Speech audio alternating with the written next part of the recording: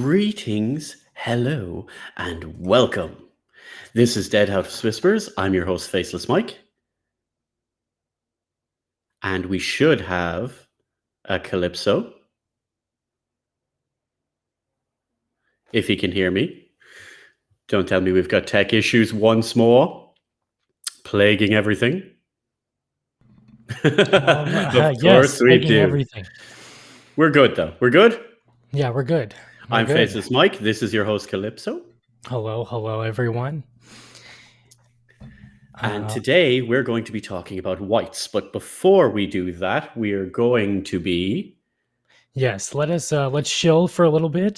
Today's episode, we actually have a bit of a sponsor from Beforecast. You can find Beforecast on Instagram at BeforecastBox, and it's we sell boxes with essential hurricane supplies. So if you live in Florida or Texas right now, surprisingly, Beforecast offers flashlights, radios, battery-powered battery banks, etc. So you guys don't have to go to the shop with crowded stores during a redacted environment that's going on right now.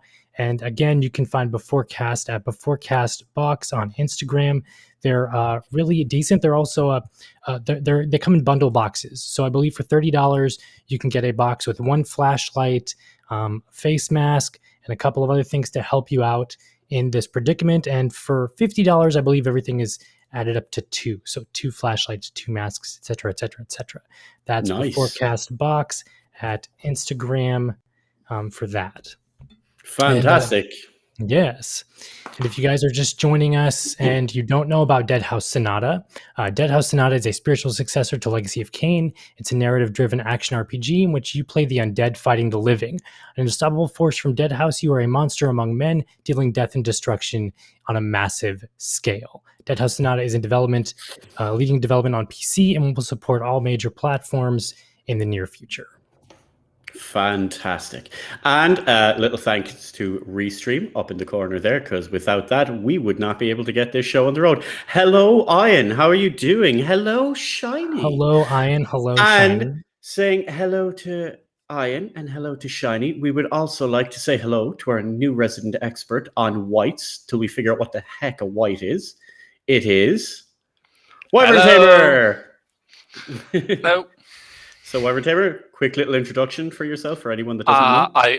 I'm Wyverntamer. I stream Dragon Fable mostly, now at least, and I'm going to stream Deadhaus when it releases. I am a Wight enthusiast, and I'm here to talk about the Wight.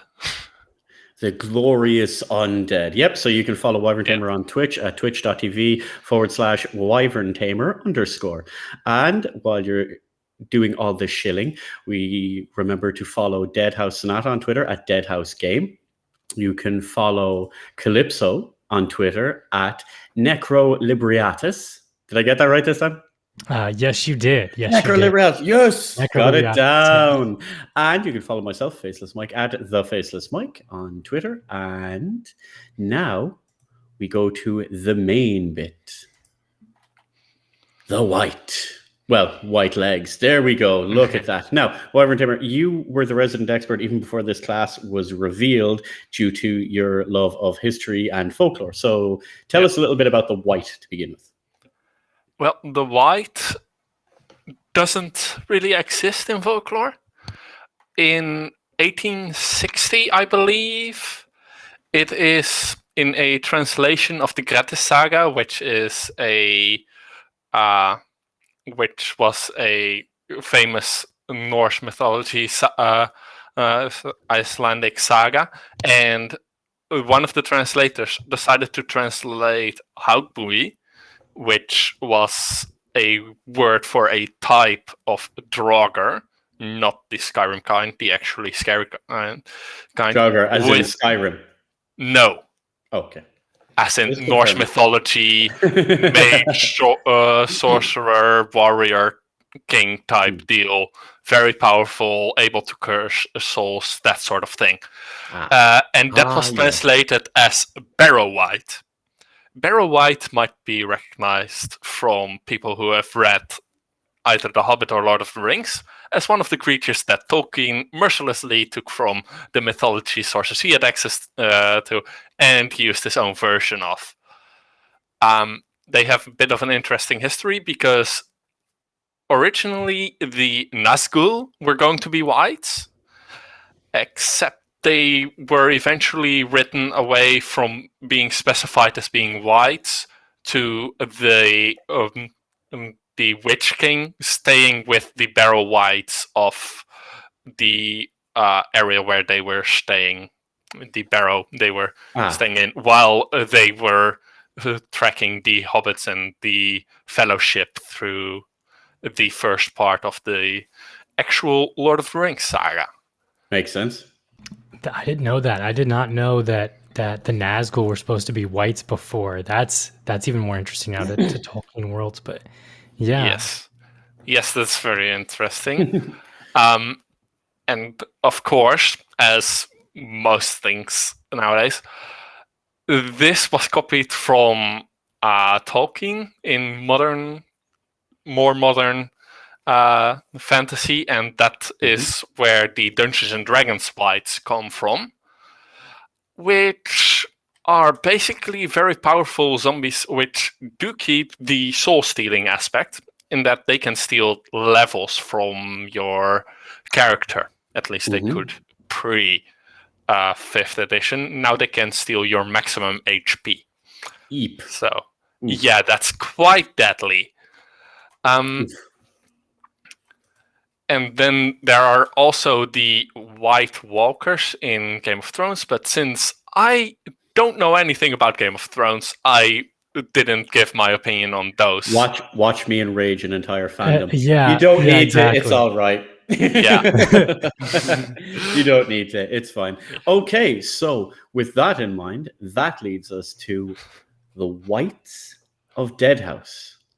So, Calypso, enlighten us. These are insane things. I apparently the Wights for Deadhaus, as we see here in these images and everything, they're sort of Lovecraftian Frankenstein monsters, which is something that I didn't see coming from a mile away. Like, because my only exposure, I don't think any of us did. I don't think anyone does. Because as Wyverntamer pointed out, so Wyverntamer pointed out, Wights like really don't have a history or anything like that, and they're the only mythological creature or whatever that's kind of unknown really. And then my only exposure to Wights has been from the White Walkers in Game of Thrones, which is completely different.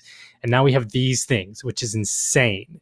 I always associated them, like Wyverntamer had said before, with something similar to Drawer. Yeah, me too. Yeah, like that's from like Shine Skyrim. Even says there, Deadhaus, such an interesting version of the Wight. I was imagining something ghostly, to be honest, since it's essential in nature, but this is way cooler than I imagined. Very true. Yeah, that's also something that got thrown around. I didn't think that they would be ghostly because an essential creature in the essential state is very vulnerable if they aren't possessing something, as Dennis had said to us in the various after parties. So I thought they would be possessing something, but I thought maybe along the lines of a poltergeist, something like that. But a battery powering a flesh golem? Yeah. I didn't think that would be the way they were going to go. It was totally a completely left turn. Yeah, Shiny's going true, Wyvern. Hey, Joel. What we have here is you've an artifact and you have a soul or souls trapped in that artifact. So taken from the ether, the nether, whichever you want to refer to it as, put into this thing, and then they puppeteer a giant meat suit, mech style. So as opposed to Frankenstein, who like he inhabits the body, it's basically a person brought back to life. This is a potentially amorphous, ever-changing, independent creature or creatures within itself. It can lose its head. It can be restored. It can lose body parts, arms. It can be restored. Yeah. And that's just incredible. And what did you think of the design? So what was both your reactions then when you first saw the design? This design here we have of the Wight. I was squeeing the entire way through the stream. I was so excited for finally having something I could tie myself to in this manner. And I really, really enjoyed the very unsettlingly thin speed design, as it were, that was shown as one of the concepts. Oh yeah, they had a few of the designs. There was larger, tankier ones, and then there was like an almost Slender Man looking, skinny rake type thing. Mm-hmm. Yeah, I am happy they went with this tankier looking one for the default state, because this one also really shows the fact that they aren't limited to just the human proportions. Yes, it looks awful, and I love it. I love it. It's crazy. It's disgusting, and it's amazing. I'm partial to the fact that like it's got, you can see like regular hands on it, but then you got like crab pincers or something on like another arm, and then it's got just tentacles for legs. Like maybe it's nuts. It's totally nuts. And like with how you can go conceptually or design wise with a Wight, you could potentially do anything, because all it is just a bunch of things mashed together with a soul powering it. Yeah, exactly. It is what you make of it. Yeah, I think it'll be really interesting. So what do you hypothesize the play style will be like? I think that like at that space it will be customizable. They've said that like in the art reveal stream it was said, but at least two of the things were mentioned. You can have an arm cannon because they were used as artillery, and you can have a blade for close-up melee, and that's just like you can also choose between speedy design or far more tanky than even this design, apparently. So it will be what you make of it, but there's at least the option for going ranged. There's shiny gun. The tall one looks insane, horrifying to see on the battlefield, like it could actually chase you down. Very much so. And hello, Bishop. Hello. Oh, hey, Bishop. Hello. So we're getting the whole family in here. We are. That's something that's interesting about the Wight. I think that's really great. So for those of you who may have missed the recent Wight stream, Wights character-wise are the customizable class. Like you can make them probably look however you want, and then play style-wise or gameplay, it's up in the air right now. But I think because they're so customizable and you can make them speedy or make them chonky or make them big, is that maybe like skill tree-wise, they're going to be an amalgam of every single class, or it's going to be like a mix and match of skills and abilities from like Vampire and Revenant and Banshee and everything like that. Perhaps that's where I see it going. It's like you can mix and match your skills for the Wight because they are that sort of essential, everything customized how you want it to be sort of class. Very much so. I'm getting the feeling like exactly what you're saying, Calypso, that we're going to get like, I don't want to compare it to another like MMO or ARPG and all like that, because so far, like if you try to compare Warframe to another one, you're going to fail because it's not like anything. And I feel that Deadhaus is going to be like that. It's not going to be comparable to other things. It's going to be its own thing. But to try to give like some bit of a perspective from an outside view, I see this like the Druid class in World of Warcraft. How do druids play in World of Warcraft? In World of Warcraft, so you're starting as a druid, you can be kind of physical with a lot of spell casting, but when you level the character up, it can change forms. So one form you can be a tank, another form you're a spellcaster, another form you're a DPS, you know, so that you can do that. And that's how I see the Wight, only not in the change in the heat of battle situation, but the kind of, you're playing it Wight. I want this Wight to be a tank so we can tanky it up, make it heavy, make it vicious and all like that. Or maybe I want this one to be more of a damage dealer, glass cannon style, you know, and then we can make it all slender the way like the other ones were, make it cause a lot more damage in like you're giving up that tankiness for like severe damage spikes, you know, things like that. Yeah. As difficult as it would be probably to implement gameplay wise and probably animation wise and everything too, is so we know that vampires have certain transformations, like turning into a werebat, turning into a werewolf, you know, a Dracolich, mist form, stuff like that. What if what if the white can do that as well? Only instead of transforming into other creatures, it takes body parts off, and thus it changes up its stance, as it were, or its skill or something, as it were, to something completely different. So let's say you're playing a tanky white and you want to go a little faster. So you like hit a button or something and you transform by ripping off your arms or adding more legs. I was just going to say, literally, just start ripping off bits of flesh and all like that. Let's say you've got 4 arms like this hunk of a meat mountain, this chunker. Yeah. Right, you just start ripping off arms and legs until you're down to the 2 arms and the 2 legs, heading directly for it. But there would be a problem with that transformation because it would only go one way. Yeah, because these are stitched on. It would have to be. You can't become more tanky in the middle of a battlefield because you can't sit down, stitch on about 3 arms and 7 legs. Yeah, very much so. Yeah. But the other side to that being, a needle and thread, a spare lich, extra body parts thrown across the battlefield from everything getting decimated. Yeah. It could be. I would love that. That'd be a great tag team thing. So I think we talked about in some of the after parties or whatever, what if classes have a symbiosis or a synergy? So what if you do that for the white? You become speedy white by ripping off a couple of arms or whatever, and you become faster. So what if you want to get powerful? You might have to use a lich to fuse some body parts onto you or something. And make certain that there isn't a ghoul in the party that is eating the body parts before you can use them. On that symbiosis note, here's a question from Bishop. So I've been thinking about this. Is a dead vampire still a vamp? Meaning, if its body was used for a white, does it get powers from the body, or is it from the given soul? Okay, so for my understanding, and this goes for a lot of different lore, when a vampire dies, it won't leave just a corpse. It'll either turn to ash, it'll vaporize, it'll just melt. So a vampire being physically existent is its own magic. So once it has died, so there is no body part to use. But the soul, that's an interesting question. Yeah, that'd be interesting. You fuse a vampire soul into a white body. Does it end up becoming a mix of white vampire where it needs blood to survive now because the blood thing is so tied to the soul? Or that's very interesting, but it also depends on how the alchemists that create whites, for example, create the soul they use.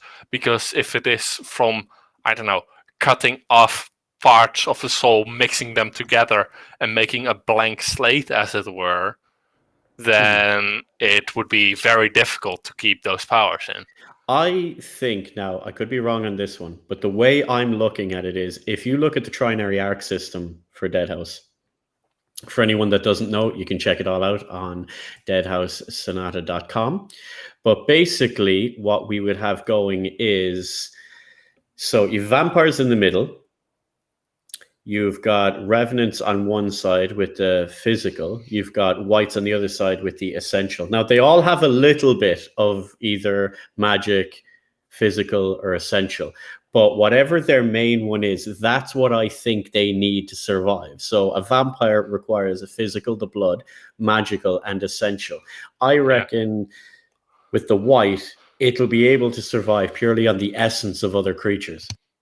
Yeah, that's so if the vampire feeds on vitality, but it can also drain magic from you, the revenant can literally pound you into dust.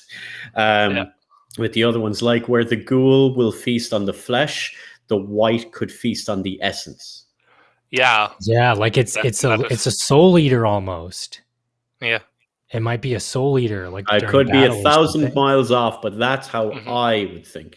Yeah, but that's an interesting take. For example, we know that, well, we don't know, but we know there's a true name for most things, at least. Do we know if that goes with a soul? Because then it might be that a white could survive literally off the soul of a place. That's very interesting hypothesis. Yeah. As a bishop, we're also assuming it could live of everything living. Yeah, anything that inhabits the place. As Bishop commented there, we're also assuming the white is the same as when it was created, right? But the soul still seems to cause a mystery. Very much so. because the Wight is created as a simple automaton that suddenly gained powers. That's not gained powers, gained sentience. And stopped obeying its masters. But you said that maybe I shouldn't have used a vamp as an example. It's just in general. Well, if we go with ghoul, there's nothing to say that a Wight couldn't rip the arms off a ghoul and stitch them to itself. Yeah. And there's no saying that you can't like have a ghoul Wight. Yeah. But then there might be the problem with the spirit that gives the ghoul its powers that is initiated by the ghoul by the human to be a ghoul eating other human flesh. That starts the ritual that allows the spirit inside it, and that gives the ghoul its powers. So is a ghoul arm different from a human arm if it is separated from the spirit's powers, from the essential side, as it were? That's also a question. We know it's mutated, but is the power in the body, or is the power from the spirit in the body? Maybe that's good. Interesting. Yeah, because it's like, what if they use a ghoul body or whatever to make a Wight? Does the ghoul Wight still have the regular ghoul abilities, like eating and like evil Kirby or whatever? Like, where no, I feel like it is still a Wight. It would just be able to use the abilities of a ghoul. Yeah, and then that ties it back to circle with its like skill trees and everything like that. Yeah, Shiny's saying there, I thought it was all undead that had true death. They do. And then, like, if there's a body, isn't it still alive in the material plane? Not if it's a severed arm on a battlefield. Yeah. And that's what the Wight is, literally taking the body apart and putting it onto itself. So what you would have there is a ghoul that has been killed, like complete flat out dead. It is literally just a corpse, an unanimated corpse, taking a soul, trapping it in an artifact and sticking it into the ghoul. The ghoul is now a Wight, but it has all the physical attributes of a ghoul, so it can use it. For example, if it has legs, it can run. But let's say you switch that up and the bottom half is finned or tentacled. It can now swim well. For example, like that. In this one, this Wight that we see here is not going to be the quickest one. It might be able to sprint for a bit, but it won't be the quickest one. But with those many legs, you won't be able to knock it over unless you're a Revenant, I think. With that giant ass hammer. Yeah.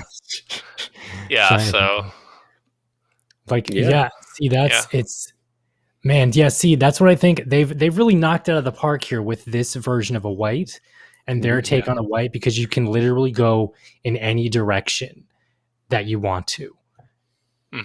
And that's there's so many possibilities. Just my mind is overflowing with all the things that you may or may not be able to do with a Wight, like customizability wise, skill tree wise, all that kind of stuff. Like, can you body hop maybe? Like, can you body swap? With a Wight, because they are just a giant sword battery. If there is another artifact or something that it can possess, possibly. Yeah, that would be possibly, and I am having very unsettling thoughts now, because suddenly I think that one of my most hated villains, and also most liked due to how much I hate it, in Dragon Fable could technically be a Wight, because it is a soul in an axe that's possessing a body. Yeah, there's the question. Now, watch this one. Calypso is going to get really angry at me at this. I'm about to instigate the Legacy of Kain community here. Is Raziel a Wight when he is in the Soul Reaver? By Deadhaus logic, technically, because he is just a soul that's possessed a blade. That's or possessive. yeah, or is he another creature that just happens to have diminished all his other health bars and is now trapped in the essence form? But that means that, like, we know what Cain was. We know what the rest of them ended up going which way. Is Raziel a revenant then, or that's funny? That's a funny thing, because you guys remember when they tried to make Dead Sun a couple of years ago? I guess a couple of years ago, 10 years ago. So there was a poll, for those of you who may not know, there was a poll that Square Enix issued to the public, and it was, hey, what's a good subtitle? One of them was Dead Sun, one of them was Revenant, and I think the other one was like not Dark Prophecy or whatever, but something similar, right? And I believe Revenant won out, but they ended up choosing Dead Sun, and then we got that footage or whatever that showed out. Yeah, we got nothing. And then there was that perspective remake of Soul Reaver was Revenant. So Raziel, if by Deadhaus logic, if Revenants are fueled by hatred and anger, Raziel would technically be a Revenant because he's angry at Cain in the first legacy in Soul Reaver, and he like wants his revenge, and he's mad, and he comes back from the grave. Although what I think is even more fun is, and I can't believe no one has brought this up yet, you can compare each of the classes to characters that Dennis had in Blood Omen 1. Yes, I was thinking that as well. With the Wight here, you got to play Blood Omen Wyverntamer. I haven't played any of Dennis's games. I think Blood Omen might be older than Wyverntamer. Oh. Yes, it is. It is. Sacrilege. I was thinking that too. Like, if you go back, you have the vampire, you have the Revenant. The Lich is very reminiscent of I think the wizards and necromancers or whatever in Blood Omen 1, and then you have the Wight here. It reminds me a lot of the Dark Eden creatures. When you go to the Dark Eden, it's like this place that's overrun by dark magic and evil alchemy and just a bunch of evil wizards, and they created these horrible monstrosities of a bunch of like wolf people and slug men, and I get that feeling from looking at this Wight right here. I have no doubt that like subconsciously Dennis might have they're completely taken out of Dark Eden, but you've got your Wraith with Ariel, you've got your Lich with either the Necromancer Mortanius or with Nopropter. You've got your Vampire with Cain. No. You've got Revenant with Malik. Who am I missing? Come on. Let's the ghouls. Is there a Wight? Ghouls are everywhere. Yeah, ghouls are half of the monsters in the game. Yeah. A Wight and a Banshee then. Banshee. Voice of elder gods. Banshees could be Banshee could be another side of the spectrum for the whole aerial thing, kind of like the Wraith. No, but Banshees in Deadhaus were never alive, and there are a few creatures like that. Nothing that's directly that, but that we don't know about, at least. Maybe Blood Omen, maybe his Blood Omen 2 would have featured Banshees. Oh, definitely. Well, this is his Blood Omen 2, essentially. Basically, yeah, from what I understand. As what Dennis said before, like, this is where he would have went with that. Like, story-wise. Like, the game, obviously, it's a more modern game. It's fitting in with the way it should be.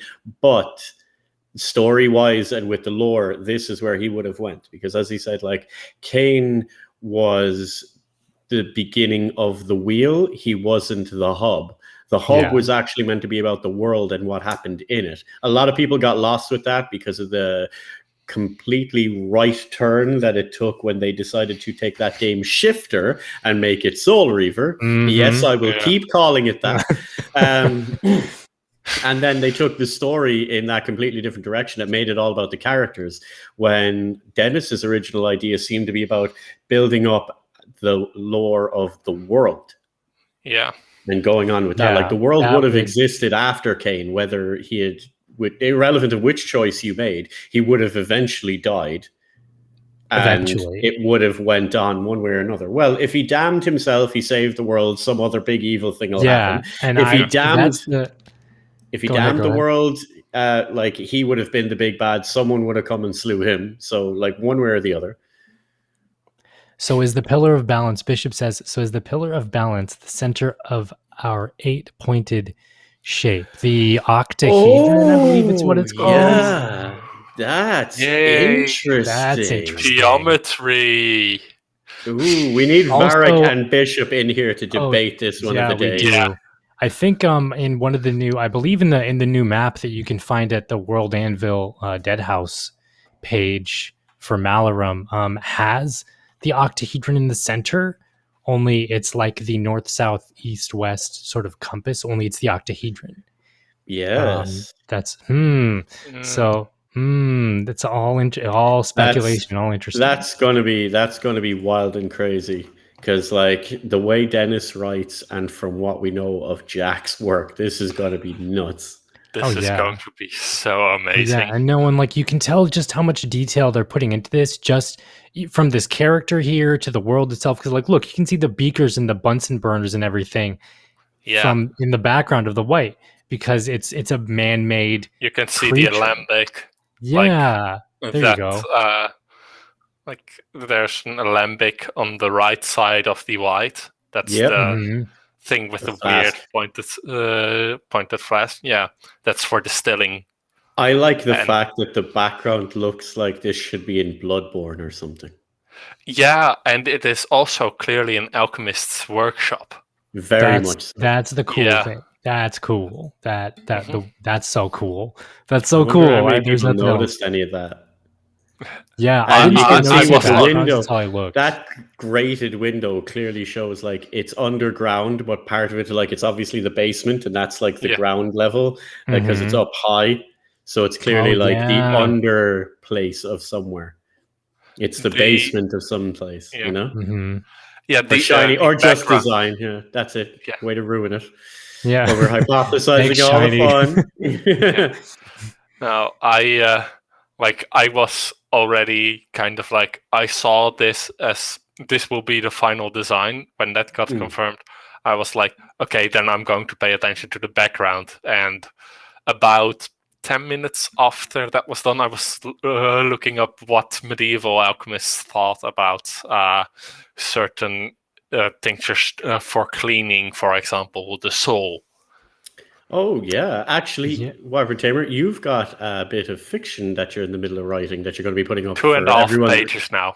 Yeah, on World Anvil when you're done, correct?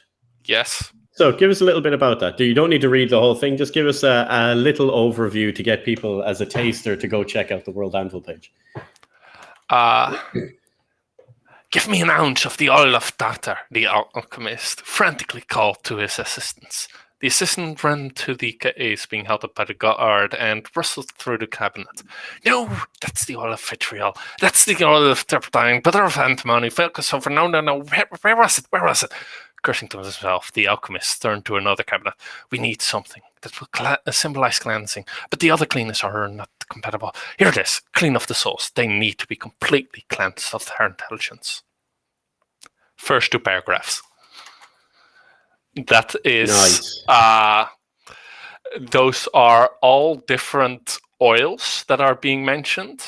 They all have alternative names as an oil of something, and they are all medieval oils, except the oil of tartar is also a medieval cleaning agent, and so it is kept with the cleaning agents. Sounds like something I'd get overcharged for at a restaurant. Would you like some oil of tartar? Let's see what oil of tartar is. Scara going, I never noticed the background. And Shiny wasn't talking about that. Apparently she got distracted by the map. Oil of tartar, by the way, is potassium carbonate, which is a white salt. They should have just went with oil of tartar instead of potassium carbonate. That went way better. All right, Calypso, while we're on about this, for anyone then that doesn't know about Deadhaus or didn't catch the stream or anything like that, can you give us the class description for the Wight? Okay, the class description for the Wight. I'll try to abbreviate some of it because it is quite. These are getting longer as this game is getting closer. And closer to... Let's see. I'm not complaining about it. Neither am I. No complaints here. In the war with Deadhaus, the Thasian Empire has utilized every resource available to them. Brave men-at-arms, machines of war, sorcery, and pleas to the divine were all employed with varying levels of success. But for every victory, there were 2 defeats. City by city, land by land, the Thasians were pushed back, driven northward by the ceaseless march of the dead. Routed to their innermost territory, they devised a new strategy in desperation. They would turn the strength of Deadhaus against itself. They would oppose the dead with the dead. At the behest of his Grand Inquisitor, the Emperor called upon the most skilled and learned alchemists of his nation. Together with the Grand Inquisitor's research, they developed the capacity to create an undead entirely under their control, a construct of interwoven limbs and parts animated by alchemy, a Wight. So the Wights were man-made. Yes. And that is the greatest thing ever. I think so and the far. worst idea in the history of bad ideas came from our champion of overconfidence and stupidity, Alaric von Yes.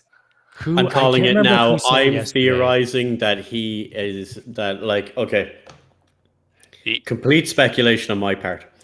I'm calling it Alaric is actually someone that's genuinely high up in Deadhaus. We just don't know that yet. Calling it. Or he got eaten by a Wight he created and lost control of. No, think about it. How the heck does Deadhaus have his books and chronicles? Do we know if Deadhaus has his books and chronicles, though? Yeah. Well, when we're coming to this as like players, you are Deadhaus. So that's the only way you get to see these things. You're not being told this as a human. You're being told this as a member of the undead. So how the hell would the undead know anything about what Alaric is writing or thinking? Maybe he died and they just found his books. Yeah, that's also a possibility. Does that sound like something Dennis would write, though? Oh, no, of course not. No. That's a little cop-out. But, like, the thing...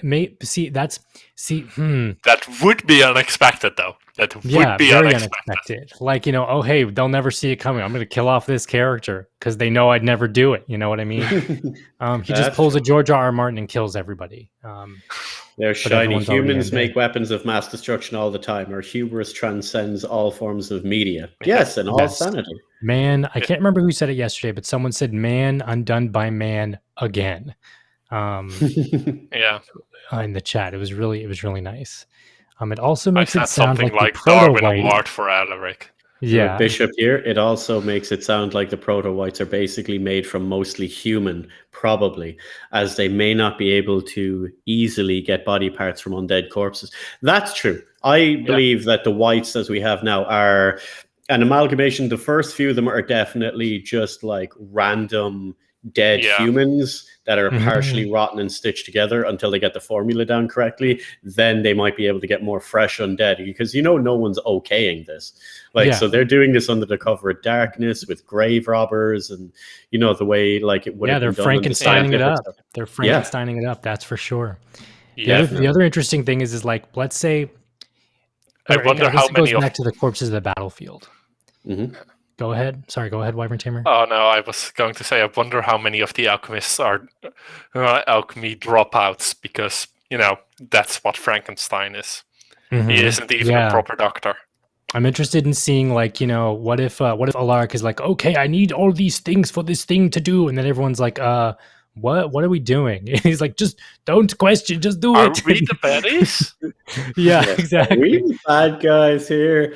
Because Lord Scarab makes you wonder if those are dead humans or if they also got volunteers. Because all the vampires just take all the corpses from the battlefield and like turn them into other monsters or something. I'm sure the dead collect. Why would the vampires take the corpses? The vampires just leave the corpses for the ghouls. That's true. That's true too. Probably. That's true. But if you want to build your army, wouldn't you start collecting dead bodies from the battlefield? Besides, you have the ghouls clean up the scraps, and then you collect what's left of what can be salvageable from like. Not to quote Warcraft again, but with the Lich King, not as the expansion, but as the concept in the army, for every one that falls, his army grows. So Arthas, my son. No king rules Or forever. something that could be done. Throw the corpses in the human fields, cause a famine, and give the ghouls some food. Even the ghouls to be. I've seen you guys doing all of that in the Discord. Everyone's for this Yeah. causing a famine. Wyverntamer and Scarred, everyone's like, yeah, let's cause a famine.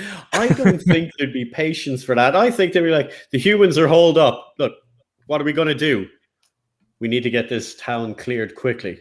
Catapults. Put the ghouls in the catapults. Yeah. Put the, Yeah, just put the ghouls in the catapult catapult. 4 or 5 ghouls Or, into the city and just let it sort itself out. Throw a revenant at it. Wait, because hold on. We're thinking about this in such pedestrian fashion. They can't hold themselves in. We have wights. Yeah. Exactly. Not only do we have wights, there's wraiths. A wight will either kick in the door, the revenant will kick the wall in, or the wraith will just go through it. Mm-hmm. Yeah. Mm-hmm. You can't hole up in a city against the undead. They just come in. But mainly causing a famine was offered as a ghoul creation technique rather than a... Famine as a ghoul creation technique is quite plausible. Yeah, rather than just a siege.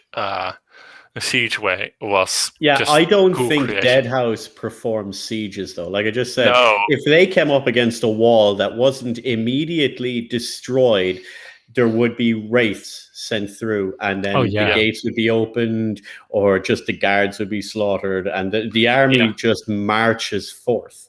Because that's pretty much how they do it in every other game. Even if there are enchantments or something that keeps out the wraiths, that makes it so that the revenants can't stop it, can't topple it, so that the ghouls can't climb over it, they can still attack for literally 24/7 and just exhaust the human army in like a week at most. And then they are all so exhausted that a day or two. Maybe depends on how they do the shifts. Yeah, maybe like sieges could have been a possibility, like in the beginning of the war, because here in the lore for the Wight it says when it became apparent that the use of wights was beginning to turn the battle and the war and everything, the emperor demanded mass production, and soon wights began to appear on nearly every battlefield. Blah blah blah blah blah. So it's possible that sieges were part of like fighting and everything. Because of wights, because they were actually really good at battle and they're powerful and everything like that. So who knows, really? That's the one that I'm curious about. I need to know more about this. How did the wights turn the battle? Me too. Is it because they were so varied? Is it that, like, because when you think about it, each member of Deadhaus is weak against the rest. Yeah. Mm-hmm. It's only together, which I'm sure our Lord Nagaztak thought of. Together, they are completely unstoppable, but individually, they have weaknesses. Yeah, and so, I mean, if wights before then were rare or completely new, then suddenly a wight thrown in, well, that's an avenue of attack they just weren't prepared for. They could not prepare for something that, fought the essential first and the rest second. Yeah. Depending on how Wight fights. Because that is like one entire corner of the trinary system that basically only the ghoul touches on, which strategy maybe, but tactics I wouldn't hand over to a ghoul. And to me, then the wraith think more like animals. They would be great in like the same way a wolf or something would be. But strategy-wise, grand strategy, no. Like strategy is skirmishes and things like that. Tactics is winning the war. Exactly. Yeah, so. And Scar there, in my opinion, the mass production must have made the creation process sloppy. Most likely. That is almost guaranteed to what happened. Yeah, definitely. Speaking of the ghouls there, Bishop said, touching on ghouls for a second, the idea of basically different factions is awesome. Those created by worship, those by necessity. Yeah, that might definitely be a cause for splitting along the lines of factions and for example, liches would be the only ones that don't really have that as a split, because most of the other ones can probably be involuntarily turned and voluntarily turned, or turned by betrayal, or turned by injustice against them for the Revenant, for example. That sort of thing. Liches are the only ones that always have the choice and have always made the choice to go fully undead. It says then, Bishop follows up, the question comes to, what does it mean for a wight to defeat a wraith or a vamp or a banshee? That's where it's interesting, because wights in lore were fitted with, where is it? A wight's arm could be replaced with a gunpowder device that his other arm could fire and reload. So long as the material wasn't silver, a wight could be fitted with a myriad of tools, weapons, and apparatus. So you could essentially, and the human army essentially could